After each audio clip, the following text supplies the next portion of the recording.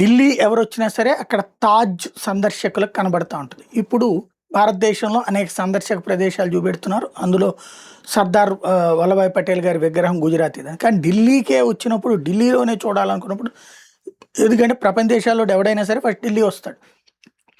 అక్కడ తాజ్ తప్ప ఇంకేం కనబడుతుంది? అయోధ్యలో వెళ్దామా లేకపోతే మధుర వెళ్దామా ఇవన్నీ మనకి రిలీజియస్ కాన్సెప్ట్లో ఉంటుంది. బట్ అక్కడ చూడాల్సిన సుందర ప్రదేశం ఏది అంటే అది త్వరలో రాబోతుంది. యుగే యుగీన్ అనేటువంటిది భారత్ మ్యూజియం 2026కి ఎండింగ్ కల్లా పూర్తి కాబోతుంది. ఈ తరహాలో ఉంటుందన్నమాట. యుగ యుగాల భారతం.